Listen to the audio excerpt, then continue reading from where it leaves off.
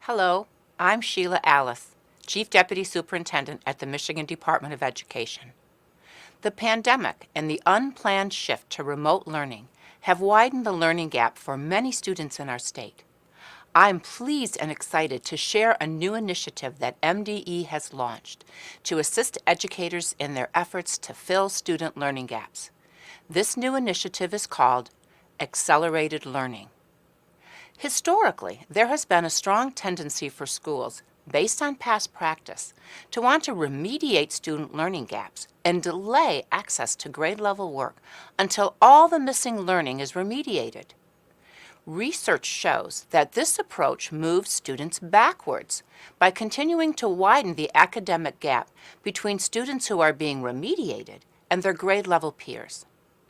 Acceleration, on the other hand, has proven to keep students moving forward in their intended grade-level trajectories by strategically preparing them for success in current grade-level content. Acceleration focuses on teaching only what must be learned at a given level, instead of trying to teach everything that a student did not learn in a previous grade or grades. When accelerating student learning, educators identify and teach only the most important skills and knowledge for a specific unit the class is studying, focusing on skills and knowledge minimally required for a student to adequately access grade-level material. Acceleration requires teachers to identify crucial content that they need to teach and that students need to learn so that students can access current grade-level material. Acceleration is often associated with gifted education.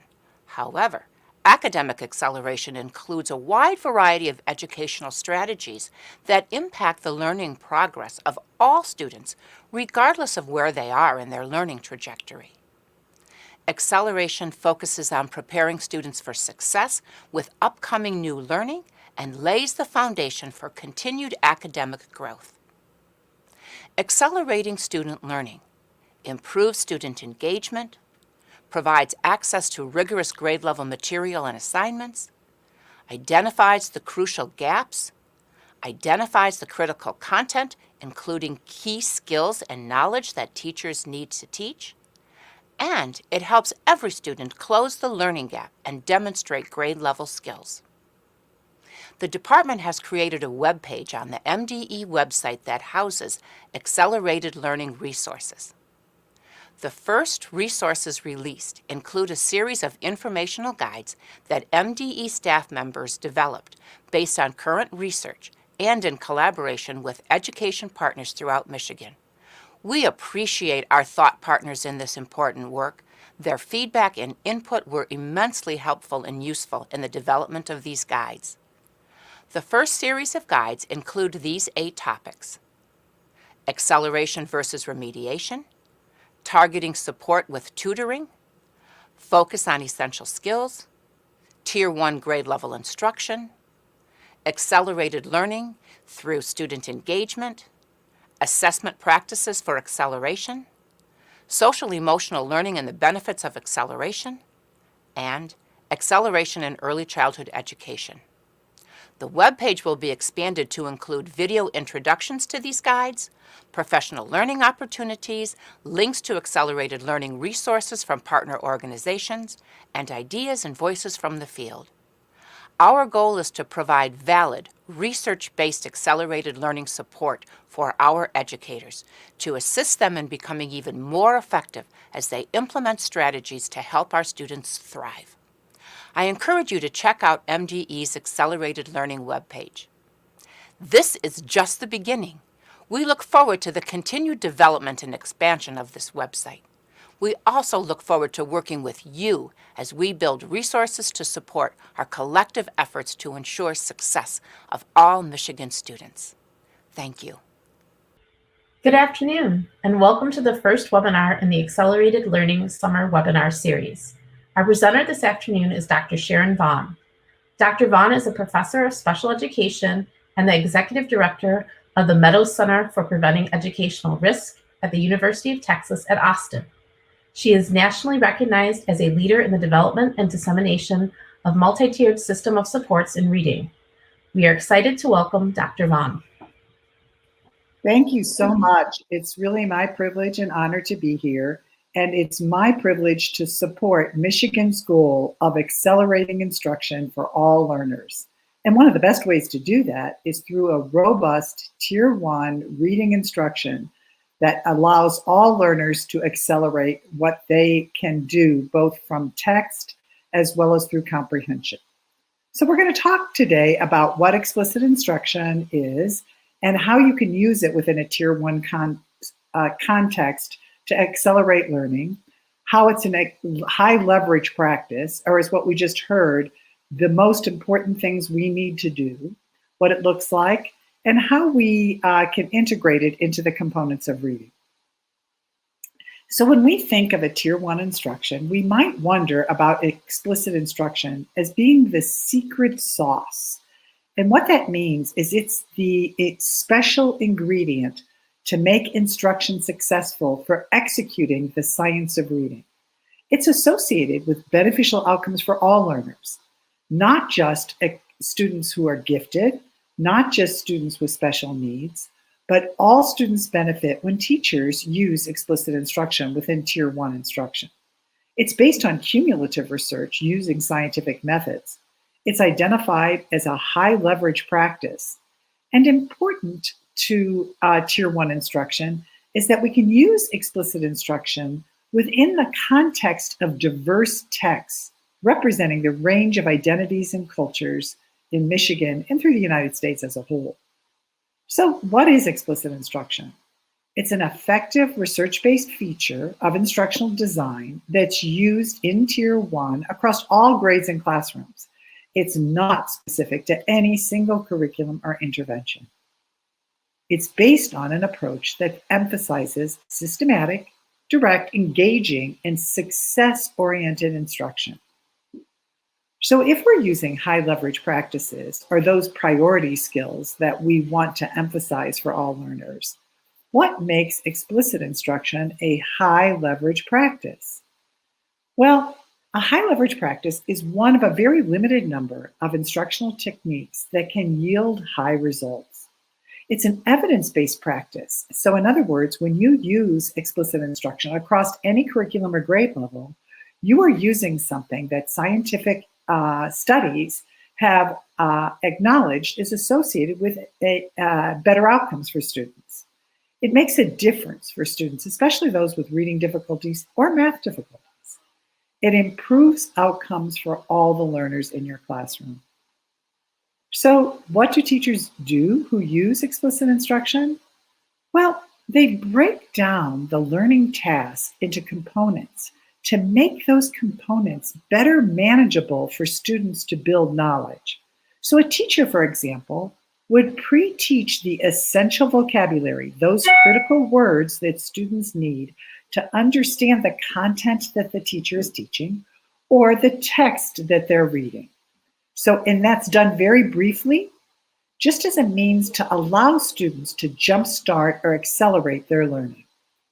Number two, teachers purposefully connect the new lessons to previous learning. So they're making these connections, stitching together to foster comprehension and successful achievement.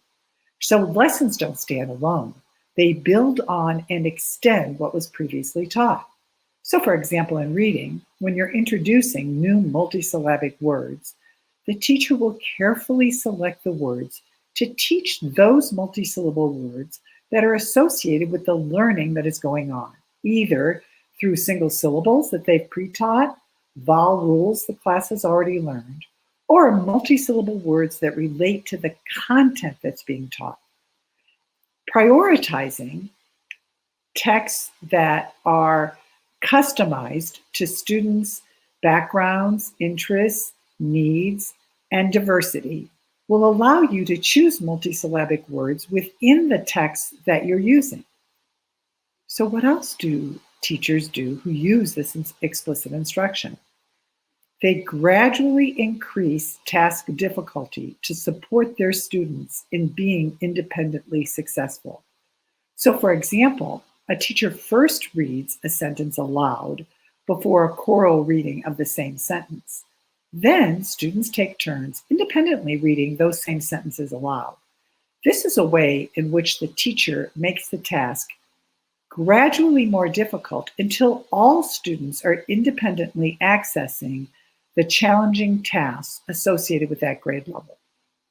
Remember, the goal is independence. The supports should fade away gradually. What else do teachers do?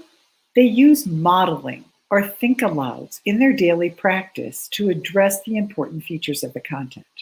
They say things like, let me say out loud what I'm thinking before I read the next passage. Let me show you how I sound out this word and how I use the multisyllabic strategy that we learned yesterday. For example, with a think aloud, when teaching adjectives for the first time, the teacher may say, I know adjectives describe nouns or things. So, a desk is a noun, and I need an adjective for the desk. So I'm going to call the desk a standing desk, or I'm going to call the desk a brown desk, or I'm going to call the desk a large desk. Those are all adjectives that help me understand desk. So as you do this next assignment, look at the nouns and see if you can think of a descriptor or an adjective for each of the nouns on the whiteboard. Concise language. So teachers who use explicit instruction use pithy, specific, concise, and direct language. They don't over talk. More words when we're using explicit instruction doesn't necessarily make it clearer. They provide ongoing opportunities for their students to respond daily and with feedback so that students are actively engaged. So think to yourself every day, has every student in my class responded? Have they responded orally as a group? So the whole group can say, okay, I'm going to point to the words, and as I point to them, I want all of you to say the words. Ready? 1, 2, 3. Teacher points, oral response. Lots of opportunities for feedback. Okay, 3 of the words, I heard the voices of all of the class. On 2 of the words, I missed some of the voices. Let me point again, and I want to hear all of you say these words. The ones that you missed were, and the teacher listens. Then the teacher says, you're sitting in pairs today. What I want you to do is each partner in the pair read the words on the whiteboard to your other partner, and then as soon as you're finished, give feedback. Say, gee, that was terrific, you got them all right.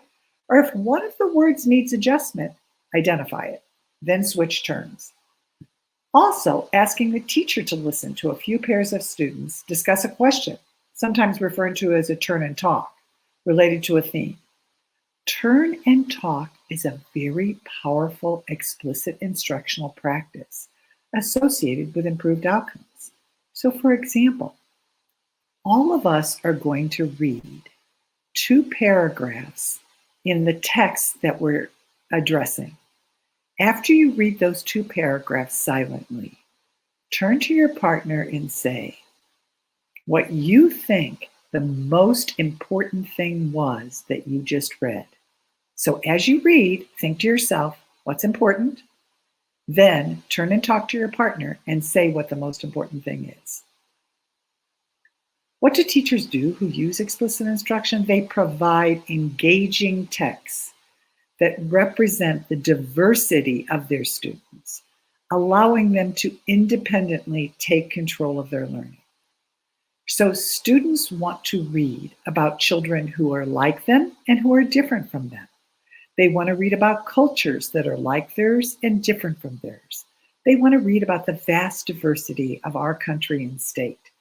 Be sure to provide texts that provide for that. Students are trained on how to provide feedback while a partner reads a repeated reading.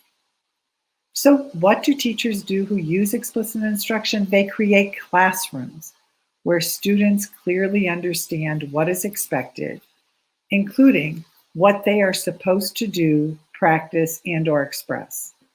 Instead of prompting the students to take out each various class material to prepare for the lesson, the teacher takes a picture of all the needed objects for the day, the whiteboard, the marker, the notebook, and the pencil, and the students then know what to refer to when they come into the class. They know what's expected. They know what they're supposed to do, what they're supposed to practice, and what they're supposed to say.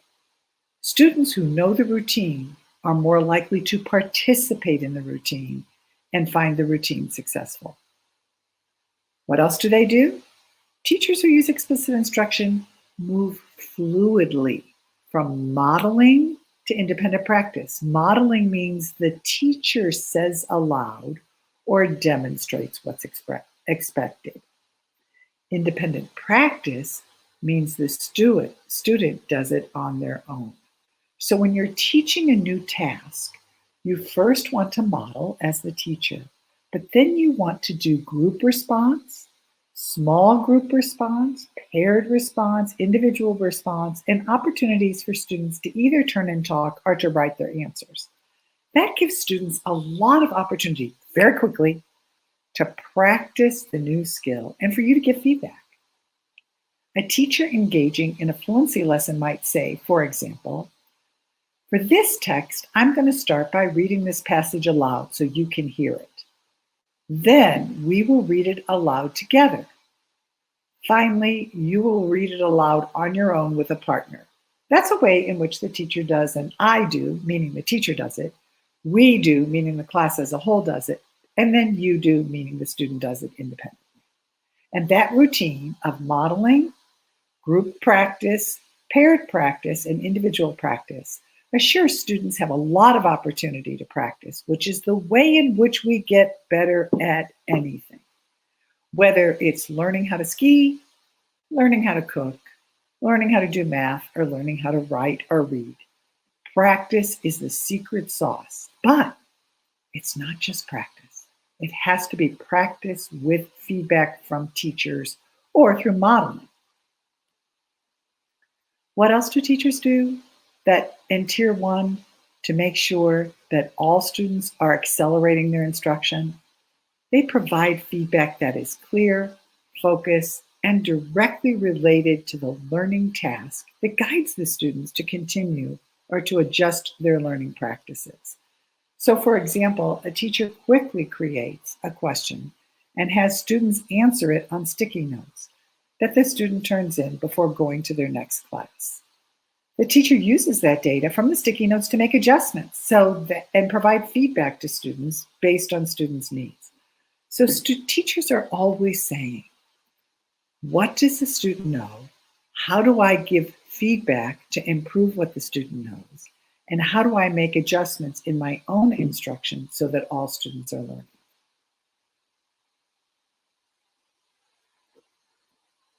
Again, with Tier 1 instruction, explicit instruction shows that teachers understand that the practice may be one thing it is nearly impossible to overdo.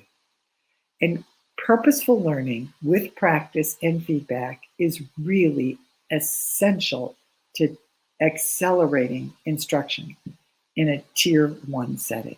And that acceleration can only occur when students have mastery of the essential elements. They don't need to know a little bit about everything. They need to know very well, masterfully, some things that are associated with improved outcomes and acceleration. So you might be saying, whoa, how can teachers do all of that? You probably do a lot of this already. What you want to do next year is make a commitment to refining it and to thinking about these 10 essential ingredients that accelerate instruction, and to say to yourself, I'm going to keep this checklist so that I can make sure I do all of these every day with all of my students. So you can write some of these explicit practices in your lesson plans. You can use notes and data to determine whether you and the students are making the progress you like. And you can even ask colleagues to sit in every once in a while and determine whether you're making the explicit instruction visible that you are aiming to do. Remember, lots of practice over multiple lessons, and you want to reflect, ask questions, and make small changes, which is part of your feedback. So how do I identify and implement this explicit instruction across all 5 core components of reading? Well, what you know is that the 5 components of reading, based on the National Reading Panel, indicated that phonemic awareness, phonics, oral reading fluency, vocabulary, and comprehension are the essential features associated with students being very successful readers. So how do you use the 5 components? Remember, reading is not a natural process. Language is. The acquisition of language is a natural process.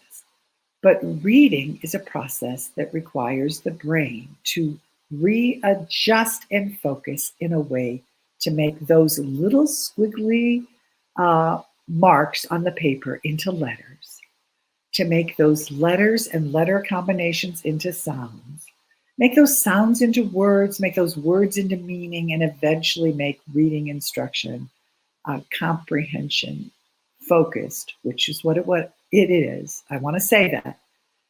The purpose of learning to read is to understand and learn from text. The purpose of learning to read is not phonemic awareness. However, phonemic awareness and phonics are the building blocks of learning to read. They're not the goal, but just like a nice, beautiful home needs a foundation that's not the home, but without it, we can't have the home floating in nothing. So phonemic awareness is one of those key components. So let's remember what phonemic awareness is. Phonemic awareness is the ability to manipulate the phonemes of our language. And a phoneme is a sound that's part of a spoken and written word. So for example, in a word like pit, like the olive has a pit in it, the word pit would have 3 phonemes or 3 sounds that go together to make a word. So it would be the 3 phonemes. The phonemes do not require print, although mapping those sounds to print very early, as soon as students are ready, improves their reading, because the power of phonemic awareness is in the alphabetic principle of mapping the sounds to print. Why does it matter? Well, it strongly predicts success in learning to read. It's critical to learning to read words and writing words, because spelling is really about manipulating those phonemes in a way in which we map them to the writing of the sounds. And of course, in English, this very challenging language we're learning to read in, we do not have a one-to-one correspondence.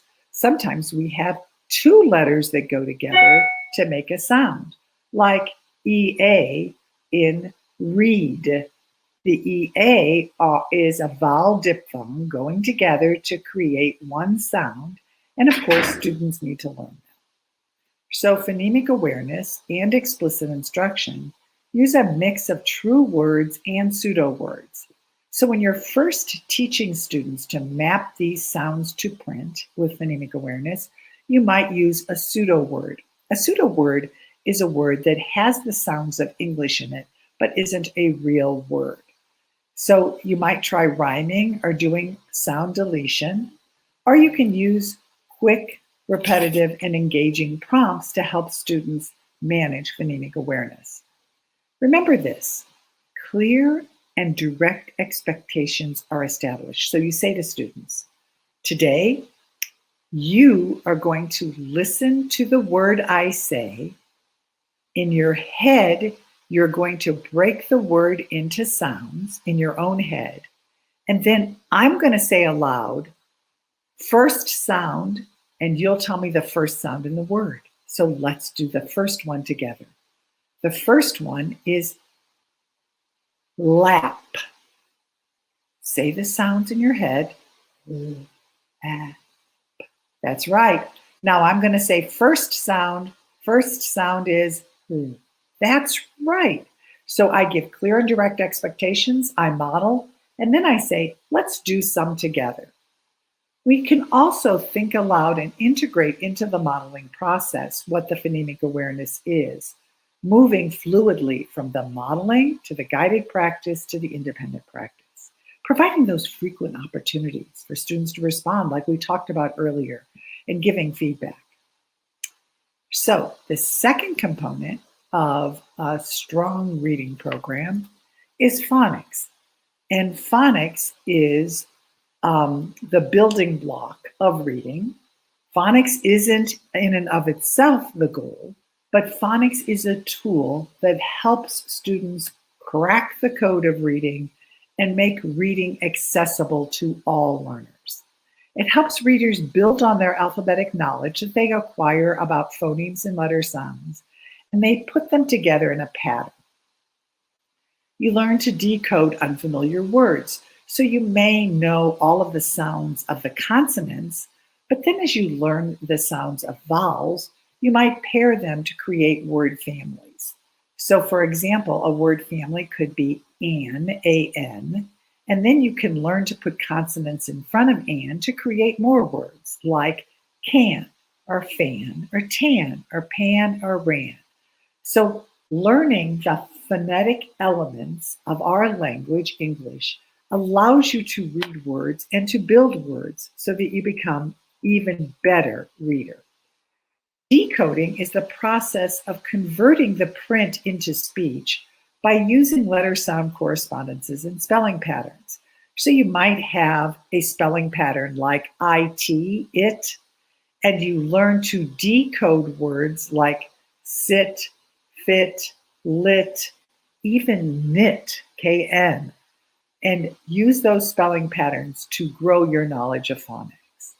So phonics and explicit instruction provides systematic introduction of these letter sound correspondence based on previous knowledge and using a mix of true words and pseudo words, moving towards only true or what we call real words as students gain proficiency.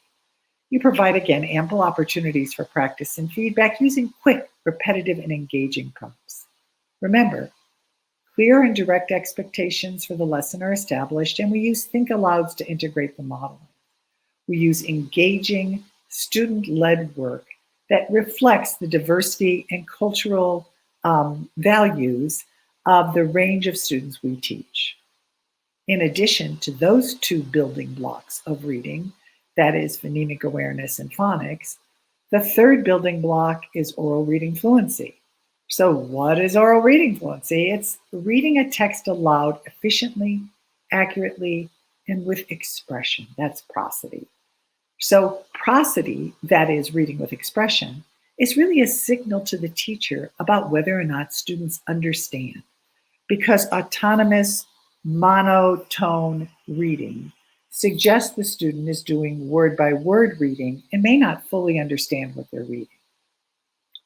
Why does oral reading fluency matter? Well, oral reading fluency is actually a sign that the student can read the words correctly. Very important. It's really hard to understand what you read if you don't read the word correctly.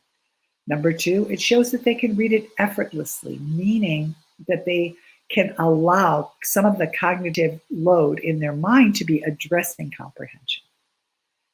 Fluency actually is associated with reading comprehension. What that means is that fluent readers are much more likely to understand what they read. And it's because they're not allocating so much of their cognitive resources to reading the words or decoding. Oral reading fluency usually can be promoted by starting with small texts. You might even start in the younger grades with word reading fluency, then maybe phrase reading fluency, then sentence reading fluency, until you move to multiple sentences or paragraphs. So you start with just words, then phrases, then sentences, then paragraphs, then multiple paragraphs. Repeated reading in which you have a guide. What that means is that the teacher is directing the repeated reading first. You give feedback and you model with choral reading. Clear and direct expectations and purposeful time for practice, just like all of the elements of explicit instruction, will make that process much more successful. What is the fourth component? Essential ingredient of teaching Tier 1 reading? It's vocabulary. And here's the thing about vocabulary. Up to this point, we have been focusing on word reading. And word reading is an essential element of learning to read. However, I can do word reading very well in foreign languages, but because I have inadequate knowledge of vocabulary and syntax, my comprehension is terrible. So vocabulary is really important to understanding reading or understanding text. We have to know what the words mean. Another thing to remember is that vocabulary is a proxy for background knowledge. So instruction to improve the knowledge of word meaning, vocabulary knowledge is highly related to reading comprehension, and it predicts overall reading, like language development and overall academic achievement. Vocabulary is essential, but it's also a proxy for background knowledge. So I always link vocabulary instruction and background knowledge. In English, there are almost 90,000 distinct word families that students need to acquire. And between 25 and 50% of annual vocabulary growth is acquired incidentally. What that means is that students acquire it by reading. We learn what words mean by reading. We also learn what words mean by listening to the language of others. So we want to be sure that we teach students to become word collectors, where they learn to collect unusual words and think and ask about them so that they broaden their vocabulary. That will be a huge step towards increasing their comprehension. As you no doubt know, having taught for many years, vocabulary knowledge varies considerably as students come to school. Some students come to school with rich language environments that often are associated with very large and robust vocabularies. Some students come to school in need of acquiring more words and their meaning. And they need to understand both high utility vocabulary as well as language-rich vocabulary. So, with so many words that students need, how do we select the words for pre-teaching? That's a good question. And there's no one simple answer. So as a teacher, don't say to yourself, oh, what are the right words for teaching reading? Or how will I ever know what word I should pick? My students have so many words they don't know. I can't figure out what the right one is. Say to yourself instead, these words that I teach are important to understanding the text. I'm going to pick several. I'm not going to worry about all of them. And I'm going to teach the ones that will help. Don't worry about getting the right ones. The examples I provided from a text I was teaching were conflict or ecosystem or inequality or interdependence, because in the texts I was teaching, it was not possible to understand those texts without those words. Consider that vocabulary instruction could go on all day, and probably bits and pieces of vocabulary instruction should be part of every content lesson. However, we can't spend huge amounts of time on it. Make it brisk, explicit, engaging. Use high utility words and activate background knowledge around that vocabulary. Also, come back and repeat the words and use those vocabulary words throughout the day. One of the things we use a lot, and I encourage teachers to use, is a vocabulary map, because it introduces the associations between words. What I mean by that is that when you teach one word, you can teach many words. Let me give you an example. So for example, in the word interact, which ended up being an important word in a science unit that we were teaching, we very quickly said interact means two or more things have an effect on one another. For example, interaction, influence, relate, and connect are 4 key words that go with interact. In ecology, is the science of how living things interact with their environment. So it's how a fish, for example, would interact with the living organisms in the water. That's part of the ecology. A deer eating the flower in your neighborhood because the forest where it lived was burned down is an example of interact. Non-examples are watching a new report about a forest fire. So now turn and talk and about the different ways you interact with members of your family. So that's an example of a word map for teaching vocabulary that teaches the keyword you need for that science unit, but also teaches the student to make connections to other words. So you get a lot of punch with the word interact because you learn many words like interaction, influence, relate, and connect. So you want clear and direct expectations as well as opportunities to respond. So we all know the reason we do phonemic awareness and phonics is to build students' capacity to read words. The reason we do fluency is that we want students to be automatic so that they can concentrate on understanding text. The reason we focus on vocabulary is we want students to know the meaning of the key words they're reading so they can understand what they're reading and hearing. But the ultimate goal of reading is comprehension. So what is comprehension strategy instruction, which is one of the tools to enhance reading outcomes? It's the process of constructing meaning by coordinating a number of complex processes that include word reading, word and world knowledge, and fluency. And reading has, of course, no value without comprehension. So it is, as you would say, the sine qua non, the purpose of reading. So comprehension, as you know, is very challenging because students need to put the entire set of components together. That includes the word reading, the fluency, the vocabulary, the background knowledge, the self-monitoring. All of those go together to create comprehension. So we want students to have a few, but not too many, comprehension strategies.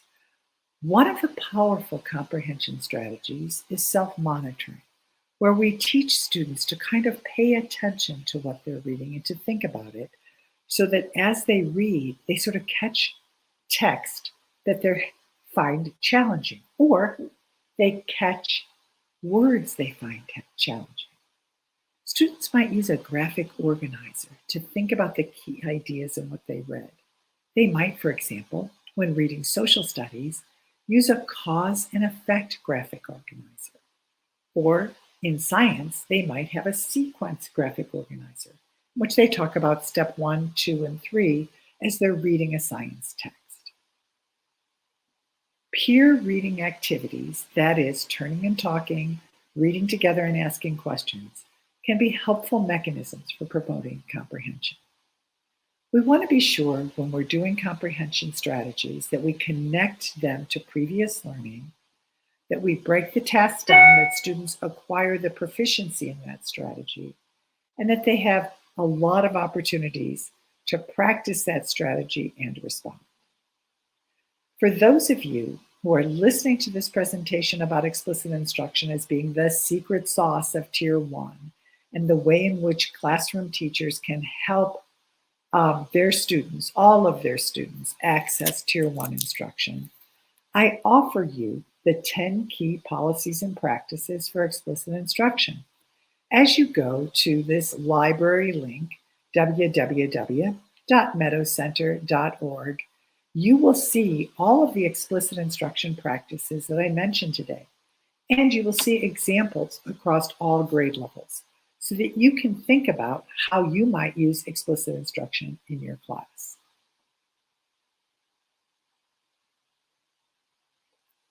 Another key component of managing Tier 1 instruction successfully is thinking about the diverse learning needs of your students.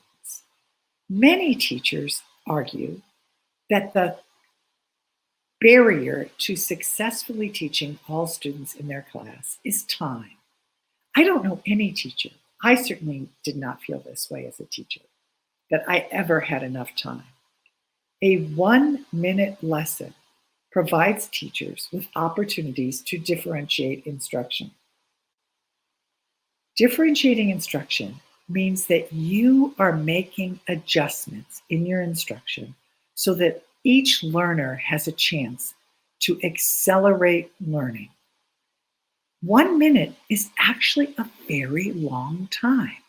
You can go back and teach explicitly to 1, 2, or 3 students what you think they missed. You can reteach the most important ideas. You can even teach a mini lesson and give opportunities for practice and feedback. Say to yourself every day, which 3 or 4 students am I going to have a 1 minute lesson with? And then at the end of the week, every single student will have had at least 1 minute lesson with you. Maybe 2 or 3, who knows? But I encourage you to set as a goal for yourself next year as a means for accelerating instruction for your learners in your class, a 1 minute lesson. So here's just an example. You might be teaching students to read big words, like word parts, such as morphological units, as in re, un, and dis. All 3 of those are prefixes. You might have students write base words, such as cover, and then to say, let's use our prefixes to create words like recover, uncover, and discover. The same thing with other base words like and place. Then, using explicit instruction, explain how you model and practice those words. That can be done very quickly with feedback in less than a minute. You can also use word parts to illustrate further how base words like appear go with the prefixes you're teaching, like reappear, disappear. But you can also use them to say, remember, some prefixes and base words don't go together. So for example, unappear is not a word. Disappear is a word, but not unappear. So teachers often pre-teach keywords before a lesson, especially words that are likely to pose difficulty. So a 1 minute lesson that you could have with 1 student or several students is to make a simple chart for the new word. The new word can just have 4 columns. One of the columns can be a related word, an example, a non-example, and why. So for example, on the word ally is a person or a group who provides help or support for an effort. So a related word would be supporter. An example would be a supporter provides help or encouragement. So you can see that students can use this little cue to learn new words. You can do this very briefly in a minute or 2, and you can promote access to higher learning. Another example of a 1 minute lesson could be to promote comprehension as a cognitive process that relies on understanding the language and how it is used in context. So for example, you could write 2 sentence frames on the board. I agree with blank because blank. I disagree with blank because blank. Explain how to use these sentence frames very simply. So I agree with the weather report because it's raining and they said it would rain. I disagree with, and so you just provide examples and give students a chance to practice. So Alex mentions to his father that he has signed up for the basketball team. Alex's father plans a family trip on the date of the big game because Alex missed the game. The coach says he must sit out of the next 2 games. So now you have a sentence frame and the students fill in. I agree with the coach's decision because, and so they give an answer, or I disagree with the coach's decision because. This gives students a reason to write. It gives them a chance to express their opinion or thoughts, and also gives you a chance to monitor progress. Just a minute or 2. 1 minute lesson number 4 could focus on multiple meaning words, words that have multiple meanings, or what we call polysemous words. So polysemic words are words where we have a word like bank. And you can say, well, my dad went to the bank to get some money. Or you can say, my brother was standing by the bank of the river and fishing. Or you can say, my sister loves basketball and she loves to bank in the basketball. So teaching students the multiple meanings of words helps students really understand both the complexity of our language, but the fun of our language. So if you take a word like light, you can, in just a minute, by showing these pictures, say, the light outdoors is bright. My father is a light sleeper. The blanket is light blue. Or the snowflakes were light as feathers. So you can see that the word light has many meanings and use, and very quickly in 1 minute, you can illustrate all of those to students. And it's really valuable for students to learn to appreciate the many meanings of words that we have in English.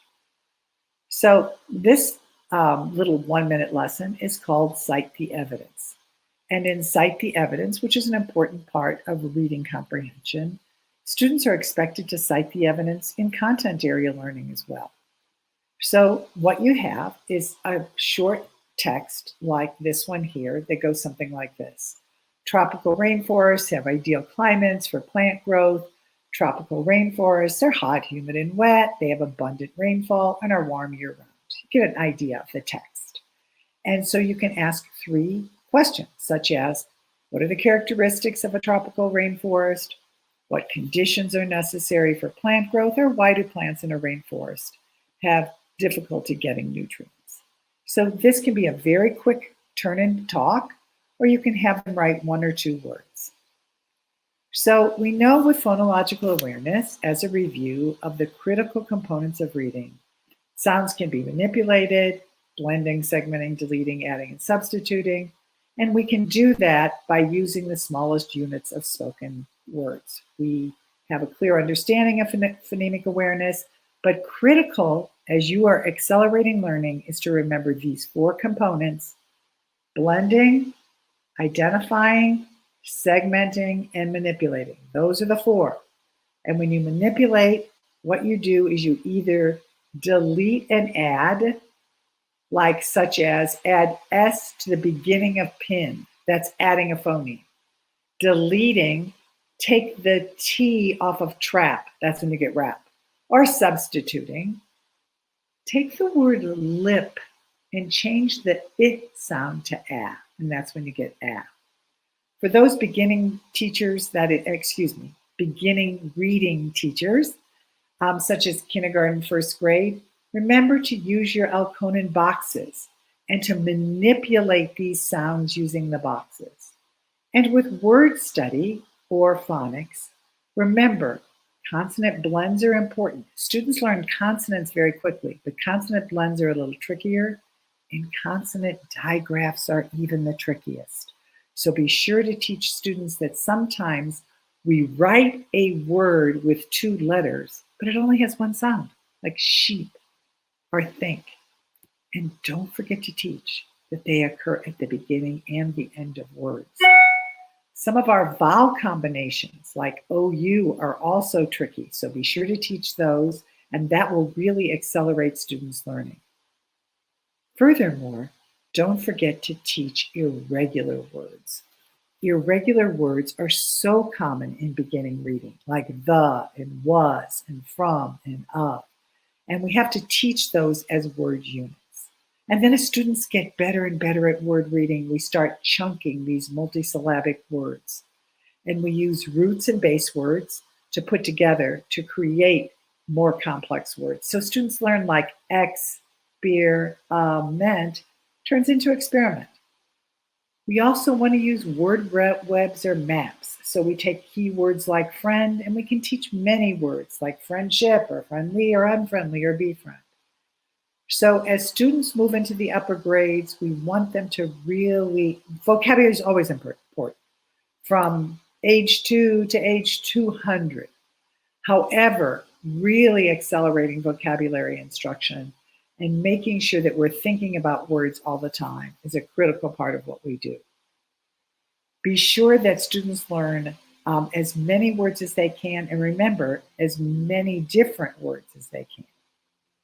We know that reading vocabulary involves both function words such as are, that, and to, but also content words that we use as part of our content reading instruction, such as academic vocabulary, not used in colloquial language, but maybe used a lot in science and social studies.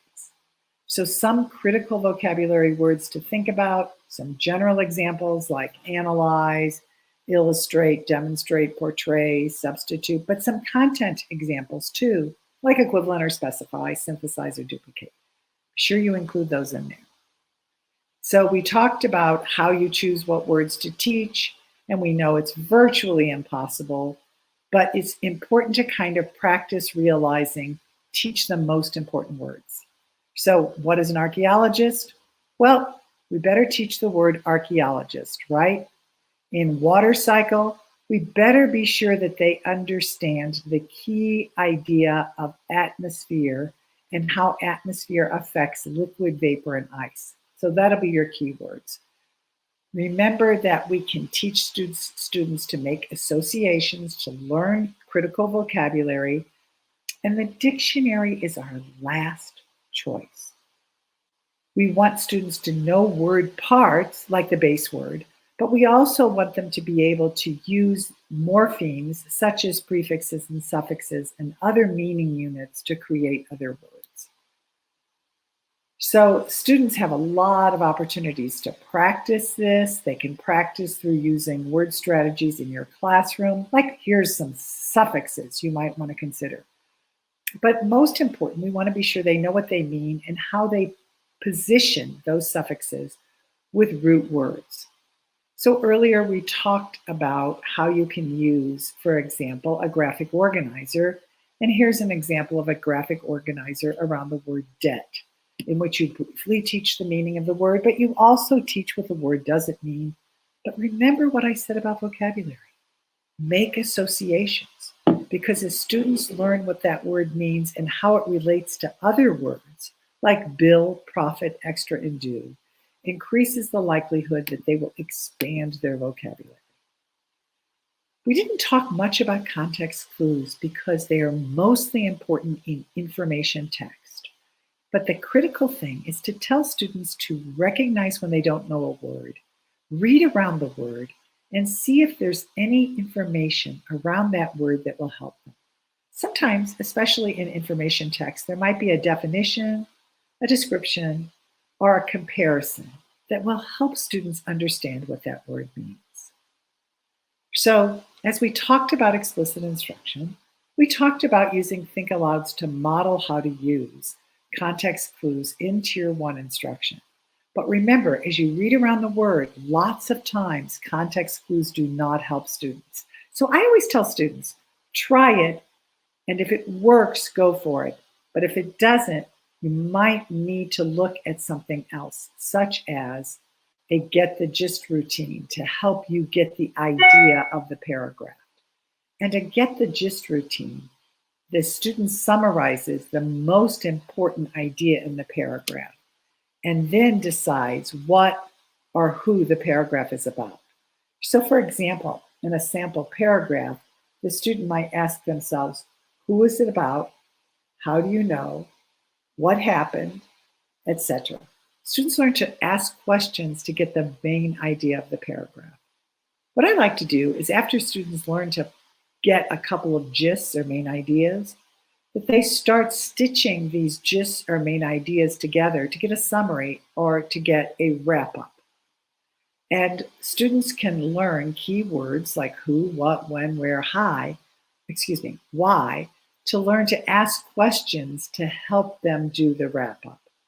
So students who ask questions, generate questions like who, what, when, where, and why, will be able to come up with ideas about the passage in a way that will help them put it all together. We are not going to extend into adolescence today, but all of the things that we talked about can be used with adolescents, including all of the key components of reading, including all of the facts that we talked about with explicit instruction, including all of the opportunities to apply vocabulary and comprehension to text.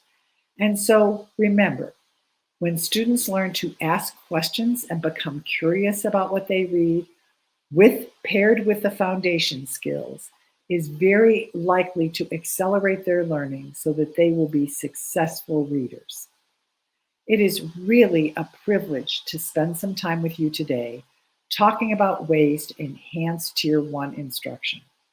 My takeaway message to you is, first, remember that explicit instruction is the secret sauce of instructing in reading, math, or any Tier 1 enterprise. With explicit instruction, you want to be sure that you have clarity in your language, that you break the task into small parts, that you build upon previous learning, that you review what students learn to make sure they maintain learning, that you go from simple to complex, but stitching together and moving as quickly as possible so that you accelerate learning. The second takeaway message today is that the critical components of learning to read, such as phonemic awareness, phonics, fluency, vocabulary, and comprehension, can all be enhanced through explicit instruction. The third takeaway message today is that we often think we don't have enough time to provide the kind of instruction that students need. But what we can do is that 1-minute lessons, 2-minute lessons, 3-minute lessons can be powerful ways to accelerate learning for all the students in our Tier 1 classrooms. Thank you again for letting me be part of your day. I hope you pull away a couple of practices that will promote Tier 1 learning for all of your students. Thank you for all you do as teachers and educators. It's a privilege to be part of your instructional goals. Goodbye. Sharon, I think we still have a couple minutes. Do you still have a couple minutes for us? Sure. All right, we have a couple questions that came through in the chat. Great. One question was, are all of the 10 key practices for explicit instruction equally relevant across all grade levels? Oh boy, that's a great question. Thank you for asking. Believe it or not, the research that we have is not fine-grained enough to tell us which of the elements of explicit instruction is more powerful at each grade level. What we do know is that the combined sort of, if you will, fluidity of using these explicit instruction components has equal impact across grade levels. So we don't know which one of the 10, but if you kind of think about them as all going together to create an instructional practice that's really powerful, and you might, well, I say that, but then I'm going to sort of put one caveat. If I could suggest 3 things, I would say 1, practice. Students don't get enough practice. 2, review. Be sure to go back and bring things up that students have previously learned. And 3, feedback. And feedback means that you give the critical information students need to either revise, review, or promote their learning. Thank you again for that great question. You're welcome. Another question that came through was, they kind of go hand in hand, was, is there a specific place people could go to get the steps of the Get the Gist routine or templates for the 1-minute lessons that you mentioned? Oh, thank you again. What a great audience. The Get the Gist routine is available on the website that I highlighted earlier, but can you put this in the chat? Sure. www.meadowscenter, it's meadowscenter.org. So it's www.meadowscenter.org. And we have templates for Get the Gist. We have sample lessons. We have text that you can use and then apply Get the Gist routines. And we have all kinds of lessons about Get the Gist in history, literature, and science, because we think it's appropriate across the content area. Yeah, that's wonderful. Oh, and then you also asked about not just Get the Gist, but you asked about the 1-minute lessons. we're just in the process of getting more and more 1-minute lessons. Our center is really committed to this research to practice bridge. We want to be sure that everything we talk about in research, everything that we learn from research, has a translatable focus for teachers. And so we're just getting sort of a launch for more 1-minute lessons. But I think we have about, I don't know how many, but we have quite a few on our website, but we're just in the process of doing that.